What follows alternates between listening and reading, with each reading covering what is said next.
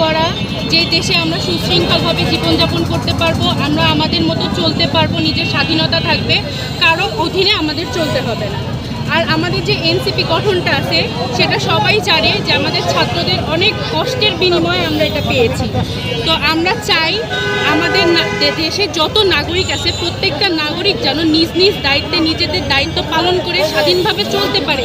সেই জন্য এনসিপির যা যা করা লাগে এটা আমরা করতে চাই। আচ্ছা, ভবিষ্যতে যদি আপনারা মানে এই প্রধানমন্ত্রী হন বা এনসিপি থেকে, তখন আপনারা দেশের স্বার্থে বা জনগণের স্বার্থে আপনারা কি কি উদ্যোগ নিতে পারেন? আমরা ভবিষ্যতে যখন যদি হয় আমাদের এটা আপনাদের দোয়াতে আর 5 জনের দোয়াতে যদি এটা হয়, তাহলে আমরা উদ্যোগের মধ্যে সবার আগে আমরা দেশটাকে ভালোভাবে গড়া, আমাদের যেই যেই জায়গাতে ইউনিভার্সিটিগুলো নাই বা ভার্সিটিগুলো নাই, যেমন আমাদের নাটোরে কোনো ভার্সিটি নাই, আমরা এটার বিষয়ে একটা উদ্যোগ নিতে পারি, একটা ভালো দেশ গড়তে পারি এবং প্রত্যেকটা নাগরিকের নাগরিকতার যে অধিকার আছে আমরা সেই অধিকারটা দিতে পারি। তারপরে আবার আরেকটা বিষয়, নাটোরে বর্তমান যে শিশু শ্রমগুলা বেশিরভাগ দেখা যাচ্ছে, এই বিষয়ে কি আপনারা কোনো পদক্ষেপ গ্রহণ করেছেন এ পর্যন্ত?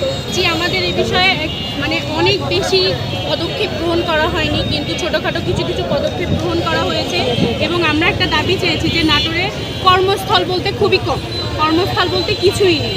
আমরা নাটোরে কিছু কর্মস্থল চাই, সেটাও আমরা জানিয়েছি এবং আমাদের যে শিশু শ্রমগুলো আছে সেগুলো থেকে যেন বিরতি থাকা যায়, সেটার বিরুদ্ধে আমরা যেটা হওয়া লাগে যেটা